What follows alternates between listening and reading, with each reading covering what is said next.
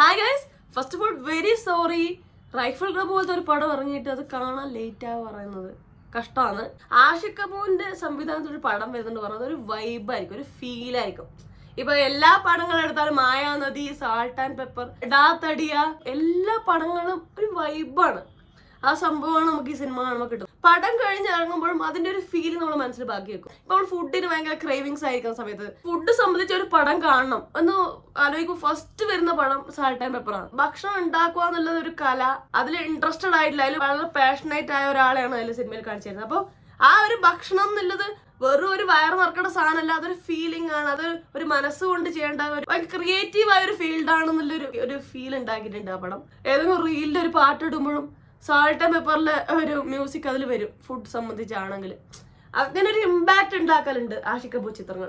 ഒരു പ്രേമം ഉണ്ടാക്കുന്ന ഒരു ഹോണ്ടിങ് ഫീലിംഗ്, ഇപ്പൊ ഒരു പ്രേമം നഷ്ടപ്പെടുമ്പോഴുള്ള ഹോണ്ടിങ് ഫീലിംഗ്, ആ ഒരു പ്രേമം അതിലുണ്ടാവുന്ന ഇമോഷൻസ് കാര്യങ്ങളൊക്കെ ആലോചിക്കുമ്പോൾ ആദ്യം വരുന്ന ഒരു പടം തോന്നുന്നത് മായാനദിയാണ്, അതിന്റെ പാട്ടുകളും. അപ്പൊ അങ്ങനെ പറഞ്ഞത് ഒരു പടം കഴിഞ്ഞാലും സിനിമ നമ്മൾ കണ്ടു കഴിഞ്ഞാലും ഒരു ഫീലിംഗ് ബാക്കി നിർത്താൻ ആഷിഖ് കപൂർ സിനിമകൾക്ക് സാധിക്കാറുണ്ട്. അതുപോലെ തന്നെയാണ് ഡാ തടിയ എന്നുള്ള പടം, 22 ഫീമെയിൽ കോട്ടയം, എല്ലാം ഒരുപാട് പടങ്ങളുണ്ട്. എല്ലാത്തിനും നമുക്കൊരു എന്താ പറയാ, ആ ഒരു കാലത്തിനപ്പുറം ഒരു ഫീലിംഗ് ഉണ്ടാക്കാൻ ഒരു കഴിവുണ്ട് ആഷിഖ് കപൂർ ചിത്രങ്ങൾക്ക്.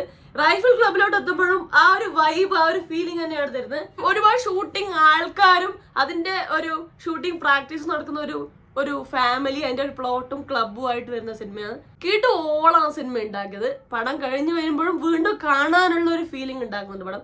ഒരുപാട് ഡബിൾ മീനിങ് കാര്യങ്ങളൊക്കെ പടത്തിലുണ്ട്, ഇഷ്ടംപോലെ ഉണ്ട്. ഡയലോഗിലും ആക്ഷൻ എല്ലാത്തിലും ഇഷ്ടം പോലെ ഉണ്ട്. ഈ ഷൂട്ടിങ്ങും അതിനെ സംബന്ധിച്ച് ആ ഫാമിലിയുടെ ഓളത്തിൽ അങ്ങ് പോകുന്നുണ്ട്. അതൊട്ടും മുഴച്ചു നിൽക്കുന്നൊന്നുമില്ല, അതിങ്ങനെ സിങ്ക് ആയി പോകുന്നുണ്ട്. അവരുടെ ആ ഒരു എന്താണ് ആ ഫാമിലിയുടെ വൈബ് സംഭവങ്ങളൊക്കെ അടിപൊളിയായി നമുക്ക് കിട്ടുന്നുണ്ട്. അഭിനയിച്ച എല്ലാവരും കിടക്കിയിട്ടുണ്ട്. വിജയരാഘവന് പറയണ്ട, റോൾ ഏതാണെന്നുള്ള ചോദ്യം മാത്രമേ ഉള്ളൂ. ഏത് ലെവൽ ഓഫ് പെർഫോമൻസ് വേണം എക്സ്പെക്ട് ചെയ്യുന്ന ഒരു നടനാണ്. ഷൂട്ടിങ്ങിനോട് ഭയങ്കര പാഷനേറ്റ് ആയ ഒരു സീനറായ ഒരു കാരണവറായിട്ടാണ്. കിടു ആക്കിയിട്ടുണ്ട്, കിടുക്കിയിട്ടുണ്ട്. ദിലീഷ് പോത്തൻ കിടുക്കിയിട്ടുണ്ട്. പിന്നെ ദിലീഷ് പോത്തൻ ഏത് ക്യാരക്ടർ കൊടുത്താലും വേറെ ലെവൽ പെർഫോമൻസ് കിട്ടും. പിന്നെ ഹനുമാൻ കൈന്റെ ഒരു എൻട്രി ഉണ്ട് പടത്തില്. ഇൻട്രോ സീനിന് ശേഷം ഒരു റൈഫിൾ ക്ലബിലോട്ട് പോകുന്ന ഒരു എൻട്രി സംഭവങ്ങളുണ്ട്. എന്താ സ്വാഗ്, എന്താ ആറ്റിറ്റ്യൂഡ്, പുള്ളിക്കാരൻ്റെ ഒരു വൈബ് തന്നെയാണ് കേട്ടോ. ഒരു വേറെ ഫീലിംഗ് ആണ്. ഇങ്ങനെ ഒരു വൈബ് പൊളിച്ചക്കൻ അങ്ങനെ പറയണം. അടിപൊളിയായിട്ടുണ്ട്. നല്ല കാലിബർ ഉള്ള ഒരു ചങ്ങായിയാണ്. നമ്മൾ അത്ഭുതപ്പെടുത്ത കുറെ സാധനങ്ങൾ പുള്ളിക്കാരുടെ കയ്യിലുണ്ട്, വരാൻ ഇനിയും കിടക്കുന്നുണ്ട്. പിന്നെ വാണി വിശ്വനാഥിന്റെ കുറെ നാളിന് ശേഷമുള്ള സിനിമയാണ്, കലക്കിയിട്ടുണ്ട്. ഞാൻ വിചാരിച്ചു വാണി വിശ്വനാഥ് ഇപ്പൊ ഇത്രയും കാലത്തിന് ശേഷം എങ്ങനെയായിരിക്കും ഈ ഒരു പടത്തിലോട്ട് വരുമ്പോൾ എന്ത് നന്നാക്കുമല്ല, പണ്ടത്തെ ആ ഒരു പോലീസ് ഇൻസ്പെക്ടർ ആ ഒരു അഭിനയ സംഭവങ്ങൾ തന്നെ ആയിരിക്കും. അല്ല, നല്ല ബോൾഡായ സ്ട്രോങ് ലേഡി ആയിട്ടുണ്ട്. ഡയലോഗ് പ്രസന്റേഷനും മുഖത്ത് ആറ്റിറ്റ്യൂഡ് സംഭവങ്ങളിൽ വേറെ ലെവലാക്കിയിട്ടുണ്ട്. അതുപോലെ തന്നെ സുരഭി ലക്ഷ്മി കിടുവാക്കിയിട്ടുണ്ട്.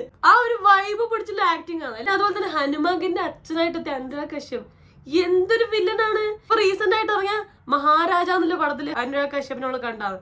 എന്ത് കൊടൂര വില്ലനാന്നറിയാ. ഇതിലെത്തുമ്പോഴും അതെ വേറെ ലെവൽ വില്ലനാണ്. സ്ക്രീനിൽ ഒരു ഭയങ്കര പ്രസൻസ് ഉണ്ട്, അടിപൊളി വില്ലനായിട്ടുണ്ട്. ദർശന രാജേന്ദ്രൻ ഉണ്ട്, കിടുക്കിയിട്ടുണ്ട്.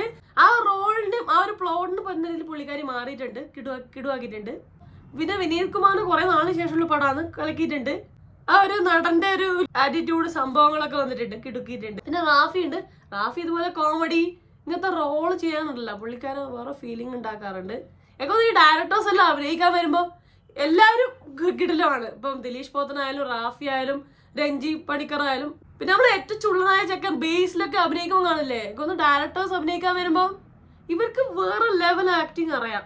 ഇവരത് വേണ്ട വെച്ച് ഡയറക്ഷനിലോട്ട് പോകുന്നതാണെന്നാ തോന്നുന്നത്. പിന്നെ റംസാൻ ഉണ്ട്. ഇതുവരെ ചെയ്ത പുള്ളിക്കാരന്റെ ക്യാരക്ടറിൽ നിന്ന് കുറച്ചുകൂടി ചെയ്യാനുള്ള ഒരു ക്യാരക്ടറാണ്, അടിപൊളിയാക്കിയിട്ടുണ്ട്. അതാണ് എനിക്ക് തോന്നാണ് പുള്ളിക്കാരൻ അത്ര ചാൻസ് കിട്ടാറില്ലല്ലോ. ഡാൻസർ ആയിട്ടുള്ള റോൾ മാത്രമായിട്ടും അല്ലെങ്കിൽ ഡാൻസിങ് സീനുകൾ മാത്രം കിട്ടാറുണ്ട്. അങ്ങനെയല്ല, കുറച്ചുകൂടി അഭിനയിക്കാനുള്ള സീനുകളുണ്ട്. പിന്നെ ഉണ്ണിമായ പ്രസാദ് ഉണ്ട്, ദിലീഷ് പോത്തന്റെ വൈഫായിട്ട് എത്തുന്നത്. ഇങ്ങനത്തെ സിനിമകളിലൊക്കെ ഒരു അവിഭാജ്യ ഘടകമാണ് പുള്ളിക്കാരി, കിടുക്കിയിട്ടുണ്ട്. പിന്നെ വിഷ്ണു അഗസ്ത്യ എന്ന ദിലീഷ് പോത്തന്റെ അനിയനായിട്ട് ഗംഭീരായിട്ടുണ്ട്. ഒരുപാട് ക്യാരക്ടേഴ്സ് ഉണ്ട് ഇതിൽ എടുത്തു പറയാൻ, കാരണം ഒരു ഫാമിലിയാണിത്. പിന്നെ സുരേഷ് കൃഷ്ണനുണ്ട്, അടിപൊളിയാക്കിയിട്ടുണ്ട്. ഒരു കോമഡി കലർന്ന ഒരു ക്യാരക്ടറാണ്, അടിപൊളിയാക്കിയിട്ടുണ്ട്. ഒരുപാട് പേരുണ്ട്, ഒരാളും പേരെടുത്ത് പറയണമെങ്കിൽ എടുത്ത് നോക്കേണ്ടി വരും, അത്രയും ആൾക്കാരുണ്ട്. ഒരുപാട് കാസ്റ്റ് ഉണ്ട് ഇതിൽ. ഇവരെല്ലാവരും പൊളിയാക്കിയിട്ടുണ്ട്.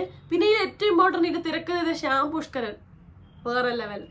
എന്താ പറയാ, കുമ്പളങ്ങി നൈറ്റ്സും സുഡാനി തമാശ, എത്ര മഹേഷിന്റെ പ്രതികാരം ഇങ്ങനെ എഴുതി കൂട്ടുവാണ്.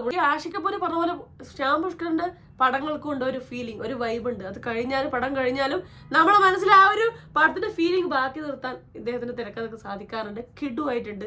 പിന്നെ ദ മോസ്റ്റ് അല്ലെങ്കിൽ നോട്ട് ദ ലീസ്റ്റ് പറയേണ്ടത് റക്സ് വിജയന്റെ മ്യൂസിക്കും ബാക്ക്ഗ്രൗണ്ട് മ്യൂസിക്കും വേറെ ലെവൽ ഫീലിംഗ് ആണ്. പടത്തിൽ 2 പാട്ടാണുള്ളത്, അത് അടിപൊളിയാക്കിയിട്ടുണ്ട്. അത് കൂടാതെ ബാക്ക്ഗ്രൗണ്ട് മ്യൂസിക് ഈ ഷൂട്ടിംഗ് സ്ഥലത്ത് വില്ലന്മാര് വരുമ്പോഴും അവർ അറ്റാക്ക് ചെയ്യുമ്പോഴും ഹനുമാൻ കൈന് വരുമ്പോഴുള്ള ഒരു ഓളം ഉണ്ട് തിയേറ്ററിൽ. എന്നാ ബാക്ക്ഗ്രൗണ്ട് മ്യൂസിക് ആണെന്ന് പറയട്ടെ, വേറെ ലെവൽ. പിന്നെ നല്ല സിനിമാറ്റോഗ്രാഫി ആയിരുന്നു. ആ ഒരു ഫ്രെയിമും കാര്യങ്ങളെല്ലാം ഗംഭീര ഫീലിംഗ് ആണ്. സിനിമ തിയേറ്ററിൽ പോയി കാണണം. തിയേറ്ററിൽ പോയി കണ്ടാലേ നമുക്ക് ആ ഒരു മ്യൂസിക്കും അതിന്റെ വിഷ്വൽസ് എല്ലാം കൊണ്ട് ഗംഭീരമാണ്. തിയേറ്ററിൽ തന്നെ പോയി കാണണം. ക്ലൈമാക്സിലുണ്ട് വില്ലന്മാര് വരുന്നത് ഇവർ തിരിച്ച് ഷൂട്ട് ചെയ്യുന്ന ഒരു ഭാഗമുണ്ട്. വേറെ ലെവലാണ്, അടിപൊളിയാണ്. തിയേറ്ററിൽ തന്നെ പോയി കാണേണ്ട പടാണ്, കിടുപ്പടാണ്. ആഷിഖ് കപൂർ ഫ്രീക്വന്റ് ആയിട്ട് പടം എടുക്കുന്ന ഒരാളല്ല. കുറെ ഗ്യാപ്പ് ഇട്ടിട്ടാണ്. 2023 നീല വെളിച്ചം എന്നുള്ളൊരു സിനിമ ഇറങ്ങിയിട്ടുണ്ടായിരുന്നു. ഒരു ഗ്യാപ്പ് ഇട്ട് എടുക്കുന്ന സംവിധായകനാണ്. എടുക്കുന്നുണ്ടെങ്കിൽ അതൊരു സംഭവം, ഒരു ബെഞ്ച് മാർക്ക് ആക്കിയിട്ടേ പോകുള്ളൂ. അത് കൂടാതെ അടിപൊളി ടീം അഭിനയിക്കുന്നവരായാലും ഇതിന്റെ സ്ക്രിപ്റ്റും മ്യൂസിക്കും എല്ലാം ചേർന്ന് ഈ പടം വേറെ ലെവലാക്കിയിട്ടുണ്ട്.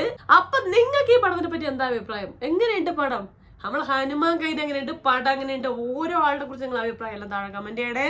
അപ്പൊ അത്രയേ ഉള്ളൂ. വീഡിയോ ലൈക്ക് ചെയ്യുക, സബ്സ്ക്രൈബ് ചെയ്യുക, സപ്പോർട്ട് ചെയ്യുക, ഷെയർ ചെയ്യുക, കമന്റ് ചെയ്യുക. അപ്പൊ പറഞ്ഞ എല്ലാവരും ഹാപ്പി ആയിട്ടിരിക്കാൻ പറ്റുമോ? റിവ്യൂ, റിയാക്ഷനോ, സോഷ്യൽ ഷെയർ നെക്സ്റ്റ് ടൈം കാണാം. അതുവരെ ബൈ ബൈ.